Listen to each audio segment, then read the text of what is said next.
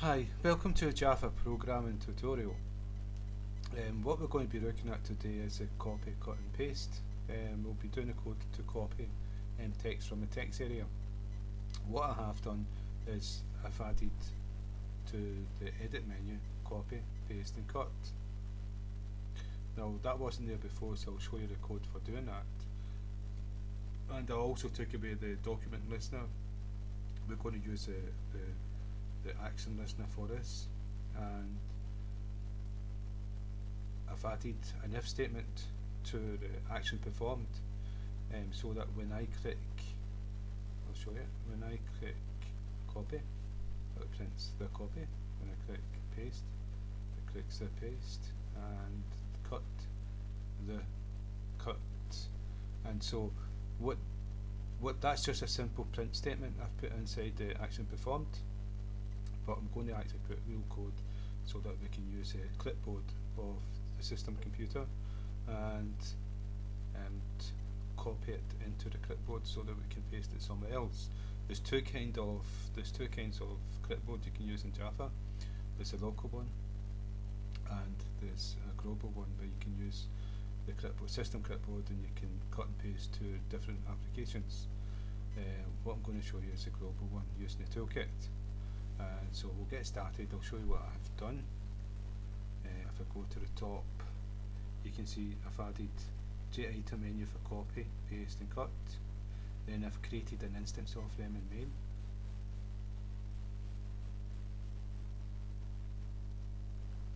So copy, paste and cut, and that's what will appear inside the menu, this text here.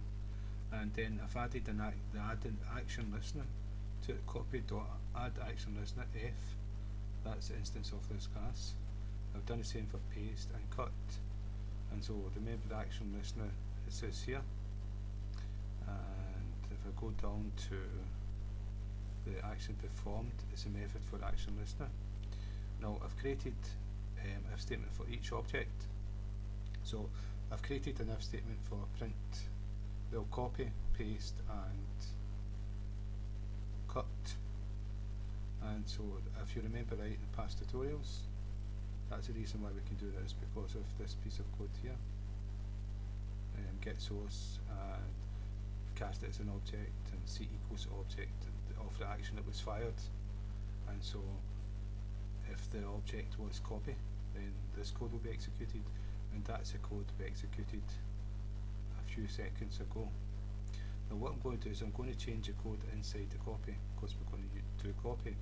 The first thing you need to do when you're doing the copy code is you've got to use the clipboard class, and it will be past the getToolkit class and the getSystemClipboard.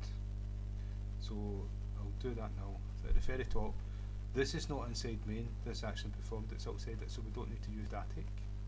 And so I can come here, and I can go the class name clipboard,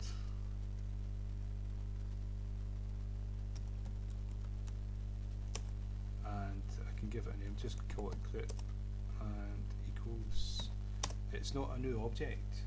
So what it is it's going to be the clipboard that everyone's using, so there's not going to be a new object and everyone's using different objects of this clipboard. It's just the one clipboard for this system computer. And so what we're going to do is we're going to do getToolkit, and that's a constructor. And what I need to do is I need to import, oh yeah, I'll finish this off first. Dot get system clipboard, don't see system clipboard, yeah we do, system clipboard and semicolon. Now what we need to do, this here needs to be imported. So imported clipboard, java.awt.BorderLayout java.awt.DataTransfer is where you'll get all the clipboard stuff and stuff for transfer data. And so if you're using the clipboard, you need this imported. And so if I go back up to the top, take away the clipboard and put an asterisk in there, it means we get access to all the classes inside this path. And so that's the first stage done. That's the first stage here. Now we can access the system clipboard. Now we need to go way down to the action performed, and in the action performed copy we start to type the code. So we need a string. What we're going to do is we're going to copy text from the text area. It's not images, it's just text, right? And so what we need is a string to pass whatever we're going to copy into a string, so we can do something with it. So we could create a global one which would be alive as long as the programs run or classes run, and we don't want that. We just want it to survive when we're copying or pasting. And so inside the if statement we create a string, then it's only alive as long as this if statement's executing. And so that's what we want to do, create it in here, string, and we'll call it s equals, and the text area which we're going to copy something from, and we call the text area, so dot. And when we actually copy something, if you pay attention and notice that we actually highlight it, we select it, and then we copy it. And so there's a method for that, get selected text. And so that's us done the first line of code. Now the next line of code is a class for string selection, and this handles the string that we selected. I don't know too much about the class, but that's what it's doing. And so what we need to do is make an instance of that class, and it's going to be an instance, and we're going to use it to send to the clipboard. And so it's called string selection, and we'll call that clip string, just because we've already used the word string, equals new string selection, and its constructor.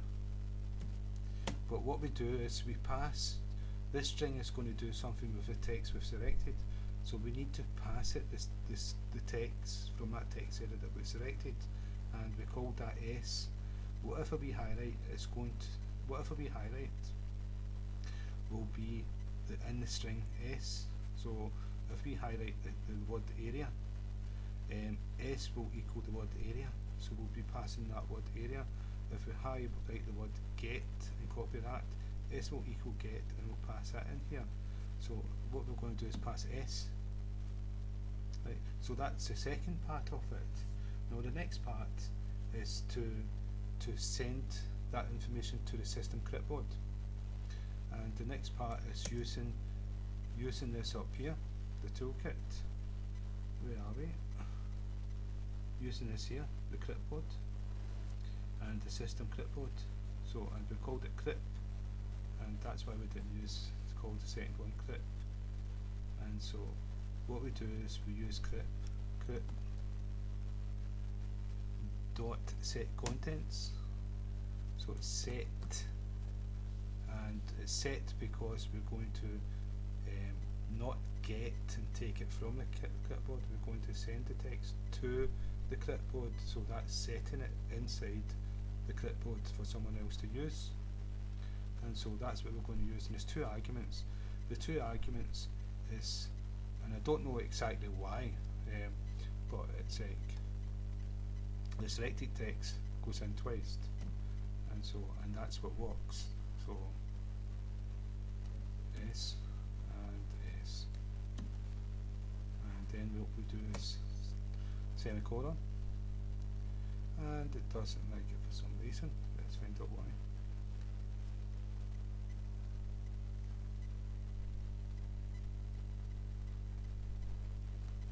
Okay, let's see what happens.